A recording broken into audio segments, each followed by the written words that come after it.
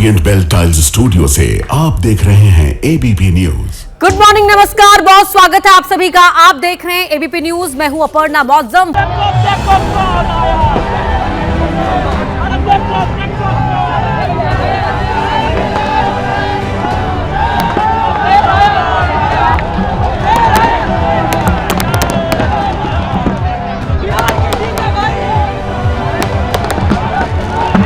बरस का जो गढ़ है वो सिर्फ 30 दिनों में ढह गया। अगर वो काम नहीं करेंगे तो आगे चुनाव के परिणाम उनको ऐसे ही देखने को मिलेंगे।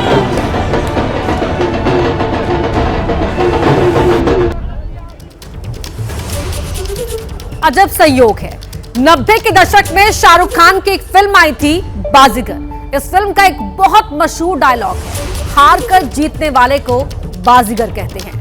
प्रशांत किशोर ने बिहार की चुनावी राजनीति में जो किया है उसके बाद उन्हें भी बाजीगर कहा जा रहा है। खुद प्रशांत किशोर शाहरुख खान के बहुत बड़े फैन हैं और उनकी सियासी कहानी भी शाहरुख की फिल्मी कहानी की ही तरह साबित हुई। पिछले साल हुए बिहार असेंबली इलेक्शन में बहुत बुरी तरह हार के 9 महीने बाद ही प्रशांत किशोर ने ऐसी जीत हासिल की है जिसने सिर्फ बीजेपी को ही नहीं बल्कि बड़े बड़े पॉलिटिकल पंडितों को भी हैरान कर रख दिया। हार से जीत का यह सफर पीके ने कैसे तय किया, इस स्पेशल रिपोर्ट में देखिए। तो दैट शोज कि अभी मैं मरा नहीं हूं, अभी नहीं मरा हूं, जब मर जाऊंगा तो फिर लिखना अभी मरा नहीं हूं, अभी कहानी बाकी है।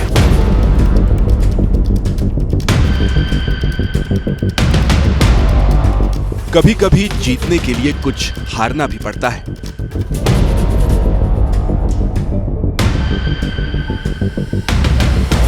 और हार कर जीतने वाले को बाजीगर कहते हैं।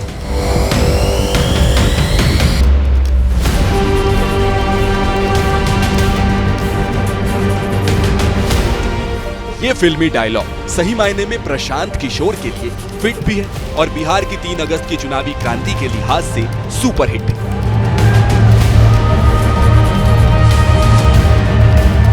प्रशांत किशोर ने बिहार में बीजेपी के किले को हिला दिया है।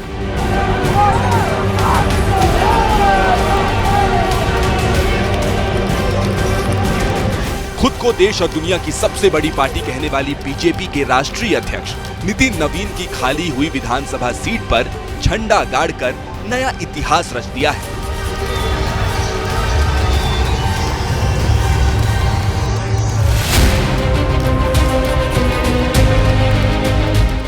चौदह नवंबर 2025 को बिहार विधानसभा चुनाव के नतीजे आए तो प्रशांत किशोर की पार्टी जनसुराज उसका खाता भी नहीं खुला। ऐसे में चुनावी पंडितों ने इस नई नवेली पार्टी की मौत की मुनादी कर दी। जनसुराज का मरसिया पढ़ना शुरू कर दिया। लेकिन प्रशांत किशोर उर्फ पीके भी कहां हार मानने वाले थे। अभी मैं मरा नहीं हूं, अभी नहीं मरा हूं, जब मर जाऊंगा तो फिर लिखना अभी मरा नहीं हूं, अभी कहानी बाकी है। बिहार विधानसभा चुनाव के नतीजे के 262 दिन बाद बांकीपुर उपचुनाव का परिणाम आया तो इसकी गूंज पटना से दिल्ली तक सुनी गई, क्योंकि सम्राट चौधरी के मुख्यमंत्री बनने के बाद ये बिहार विधानसभा का पहला उपचुनाव है और इसमें बीजेपी अपने गढ़ में ही हार गई। चुनाव प्रचार के दौरान हम लोगों ने जो बात रखी थी, ये विधायक बनाने का चुनाव नहीं है, ये भाजपा के केंद्रीय नेतृत्व को ये संदेश देने का एक प्रयास है बिहार की जनता के द्वारा कि बिहार में किसी अच्छे व्यक्ति को मुख्यमंत्री बनाइए। ये 13 जुलाई की तस्वीर है जब प्रशांत किशोर ने बांकीपुर उपचुनाव के लिए नामांकन दाखिल किया। इस मौके पर पीके की पत्नी डॉक्टर जानवी दास और बेटे दैविक भारद्वाज भी मौजूद रहे। चुनावी पर्चा भरने के बाद प्रशांत किशोर बांकीपुर की चर्चा का केंद्र बिंदु बन गए। 100 में 2 लोगों के पास गाड़ी है। एक तरफ बीजेपी से प्रचार युद्ध में राष्ट्रीय अध्यक्ष नितिन नवीन और मुख्यमंत्री सम्राट चौधरी समेत तमाम दिग्गज थे, तो दूसरी तरफ अकेले प्रशांत किशोर ने पटना के बांकीपुर की गली गली छान मारी। एक अदना सा आदमी प्रशांत किशोर खड़ा है और पूरा भाजपा थर थर कांप रही है। बांकीपुर से बीजेपी उम्मीदवार के लिए जेडीयू के राष्ट्रीय अध्यक्ष और राज्यसभा सांसद नीतीश कुमार ने भी अपील जारी की। बांकीपुर विधानसभा क्षेत्र के प्यारे मतदाताओं, आप सभी मतदाताओं से आग्रह है कि आप एनडीए के युवा उम्मीदवार श्री नीरज कुमार सिन्हा को अपना आशीर्वाद दें। लेकिन पीके ने नीतीश कुमार के इस वीडियो को फर्जी बताकर बांकीपुर के चुनावी मैदान में ऐसी सियासी गुगली फेंकी जिसमें शायद नीतीश समर्थक भी फंस गए। वीडियो सरासर फेक है, एआई की मदद से बनाया गया है और नीतीश बाबू ने ऐसा कुछ भी बयान नहीं दिया है। नामांकन के 22वें दिन बांकीपुर ने जनादेश सुनाया। पीके जीत गए और बीजेपी अपने राष्ट्रीय अध्यक्ष की खाली हुई सीट हार गई। 30 बरस का जो गढ़ है वो सिर्फ 30 दिनों में ढह गया। वो सिर्फ इसलिए ढहा है कि बिहार के लोग भी चाहते हैं कि अब 4 किलो 5 किलो अनाज और जाति से ऊपर उठकर हम लोग के बच्चों के पढ़ाई रोजगार के लिए केंद्र सरकार और राज्य सरकार काम करे। अगर वो काम नहीं करेंगे तो आगे चुनाव के परिणाम उनको ऐसे ही देखने को मिलेंगे। आगे क्या होगा कौन जानता है, लेकिन अतीत में जो हुआ है वो सबके सामने है। 2 अक्टूबर 2022 को प्रशांत किशोर ने बिहार में जन सुराज पदयात्रा शुरू की। इसके 2 साल बाद 2 अक्टूबर 2024 को जन सुराज के नाम से राजनीतिक दल के गठन का ऐलान किया। 2025 के विधानसभा चुनाव में प्रशांत किशोर के भी उतरने की चर्चा थी, लेकिन वो खुद चुनावी मैदान में नहीं उतरे। बिहार विधानसभा के पिछले चुनाव में जन सुराज ने 238 सीटों पर उम्मीदवार उतारे, लेकिन 236 सीटों पर पार्टी की जमानत जब्त हो गई। सिर्फ 3.4% वोट मिले, सीट एक भी नहीं मिल पाई।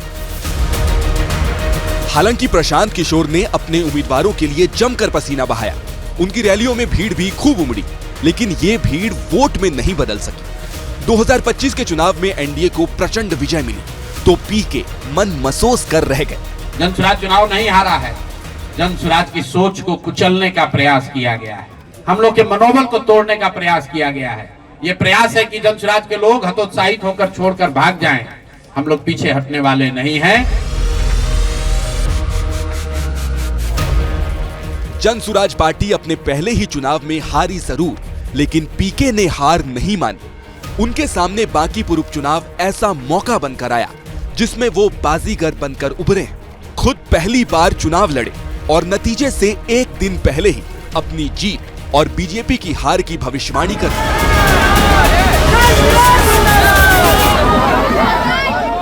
इतने वोट से भाजपा हारेगी कि जीवन में कभी ये कहने का दुस्साहस नहीं कर पाएंगे कि हम लोग कुत्ता बिल्ली को भी खड़ा करेंगे तो चुनाव जीत जाएगा।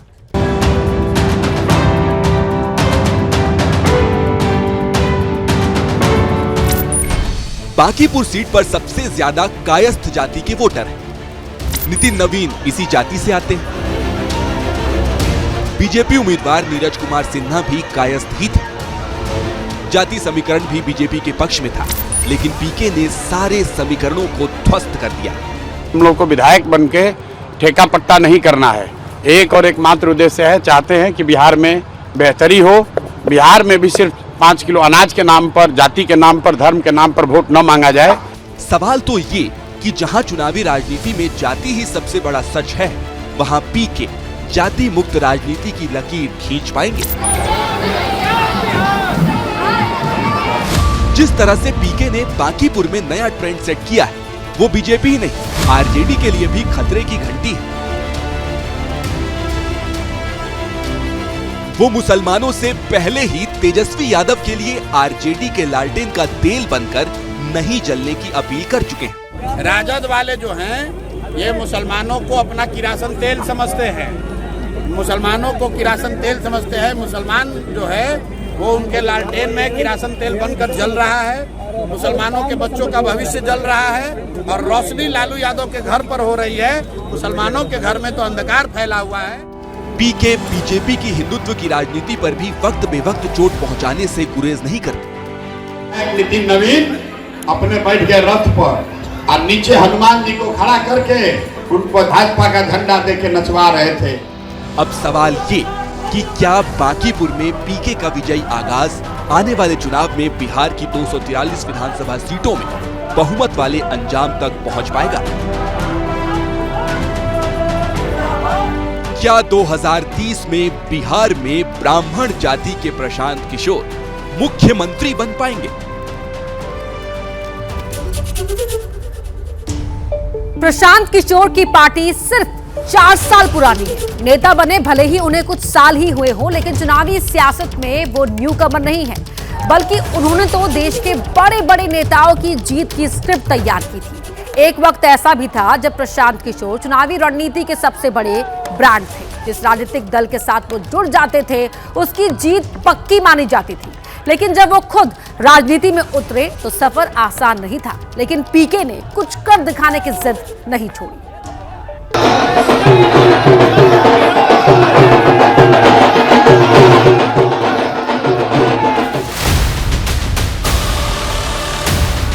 बांकीपुर में प्रशांत किशोर की जीत के पीछे पिछली कई हार की कहानी,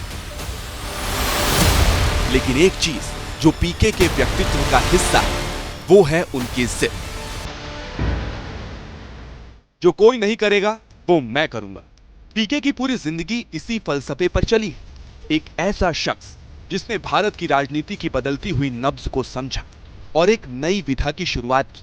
चुनावी रणनीतिकार। 2014 में बीजेपी, 2015 में जेडीयू, 2017 में कांग्रेस, 2019 में वाईएसआरसीपी, 2019 में शिवसेना, 2020 में आम आदमी पार्टी और 2021 में टीएमसी और डीएमके जैसे राजनीतिक दलों के लिए प्रशांत किशोर पर्दे के पीछे रहकर जीत की पटकथा तैयार करते रहे। राजनीति का एक दौर ऐसा भी आया जब प्रशांत किशोर इलेक्शन मैनेजमेंट के सबसे बड़े ब्रांड बन गए।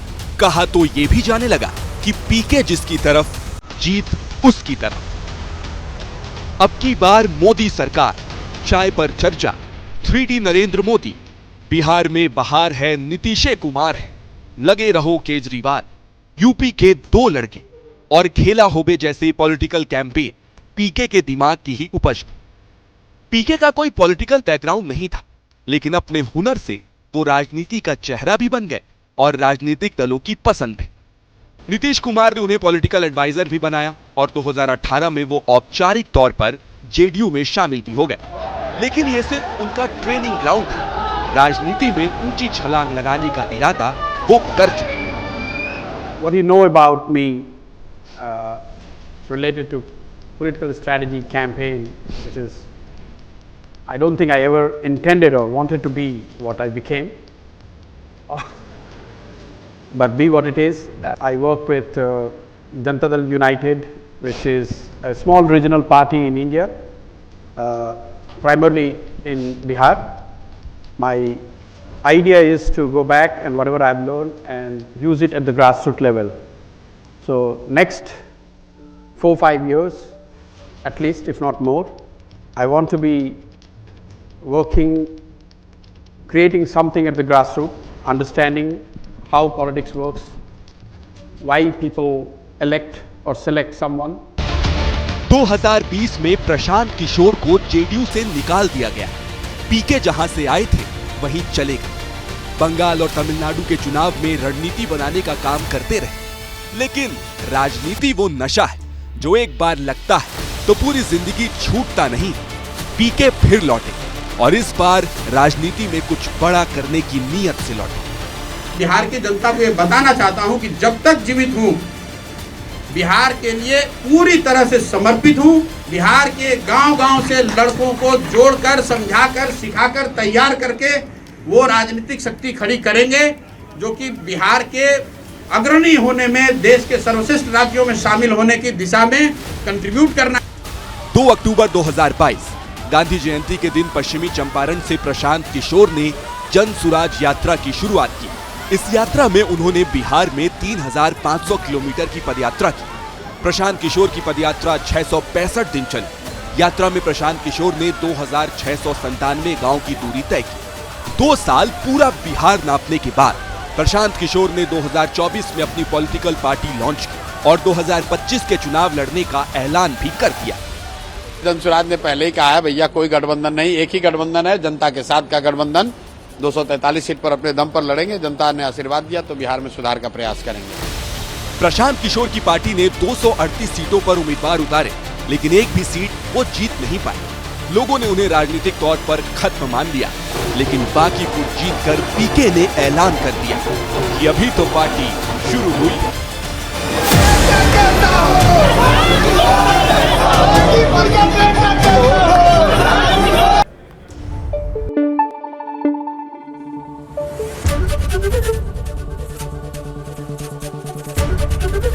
एबीपी न्यूज आपको रखे आगे।